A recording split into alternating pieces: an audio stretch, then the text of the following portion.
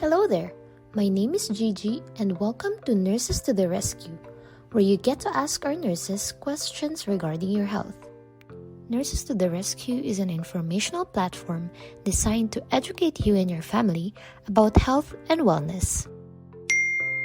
Perfect timing! We just received a question from one of our viewers. Let's take a look. Hi Nurses to the Rescue! Last night, a friend of mine told me that she takes medications for her diabetes. I've never heard of diabetes before.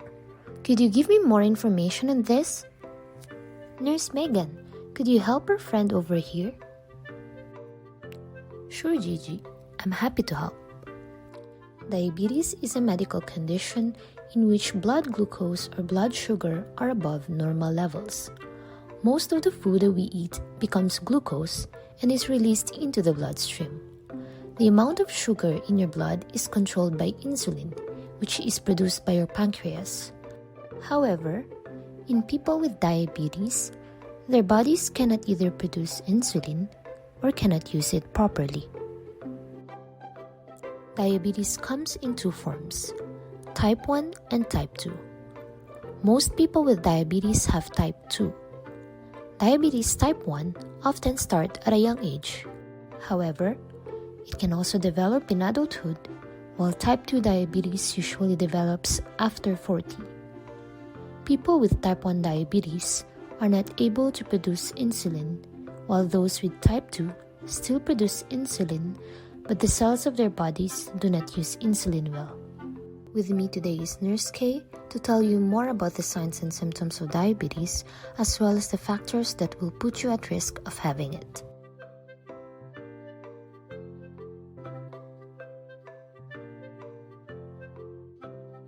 Thanks, Megan.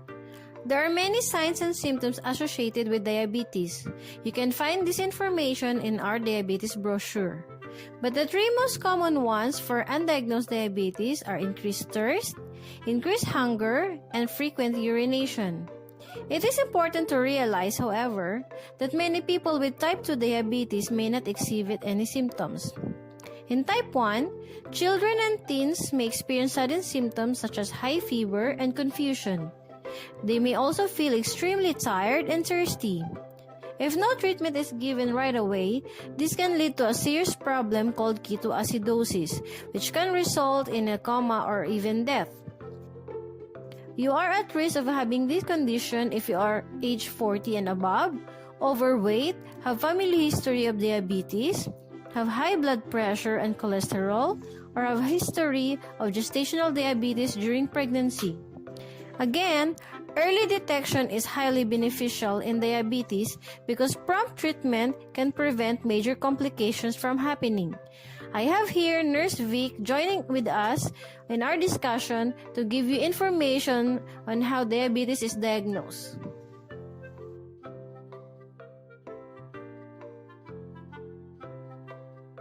Thank you, Kay. Diagnosing and managing diabetes is done by checking your blood glucose levels. Tests to measure your blood glucose level include a fasting glucose test, a random glucose test, and an A1C test. The fasting glucose test is done after an 8-hour fast, without food or beverages other than sips of water. This test is best performed in the morning. The normal fasting blood sugar level is 99 mg per deciliter or less. 100 to 125 mg per deciliter is indicative of prediabetes. The random glucose test can be performed at any time without fasting. A blood sugar level of 200 mg per deciliter or higher indicates you have diabetes.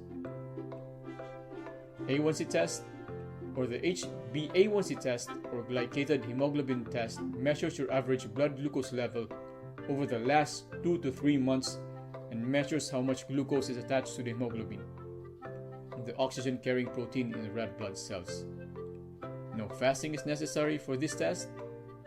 An A1C test of less than 5.7% is considered normal.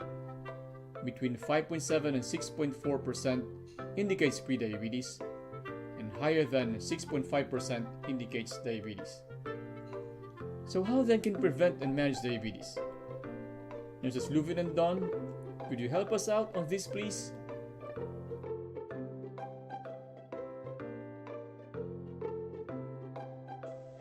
Our pleasure. I have 6 tips just for you to prevent diabetes. Tip number 1, make a goal to lose weight. Setting a realistic weight loss goal is important if you are overweight. Ideally, you should lose at least 5 to 10% of your current weight. If your weight is 200 pounds, you will need to lose 20 pounds in order for you to lose 10%. Tip number 2, lose weight by following a healthy eating plan. It has been shown that following a reduced calorie diet and being more active every day can help you prevent or delay type 2 diabetes. Tip number 3, get moving. Engage in some form of physical activity every day. You should gradually increase your physical activity until you can walk for 30 minutes 5 days per week, like a brisk walk.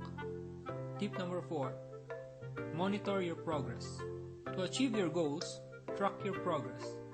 Record your weight, what you eat and drink, and how long you exercise using your phone, a printed journal, an online tracker, an app, or another device. Tip number 5, consult your healthcare provider. Find out how you can prevent type 2 diabetes by talking to your healthcare provider. Find out how to achieve your goal using other methods such as taking metformin. The last tip, get support to change your lifestyle. A lifelong change in what you eat and how much you exercise is difficult to maintain. Ask your friends and family to support you in your changes.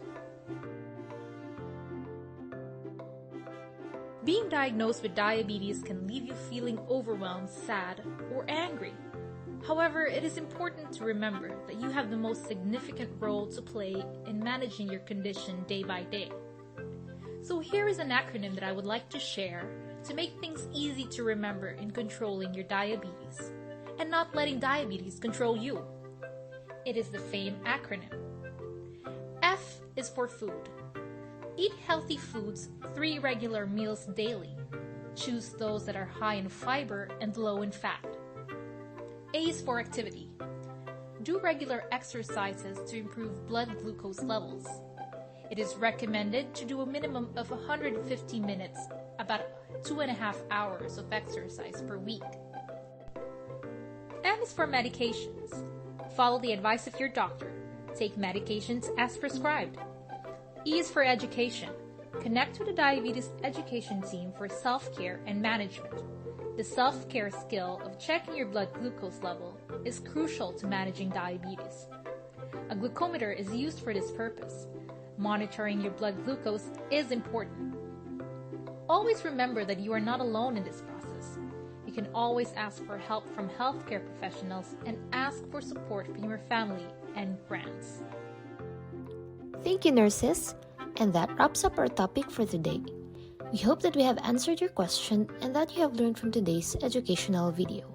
For more resources, follow our social media platforms.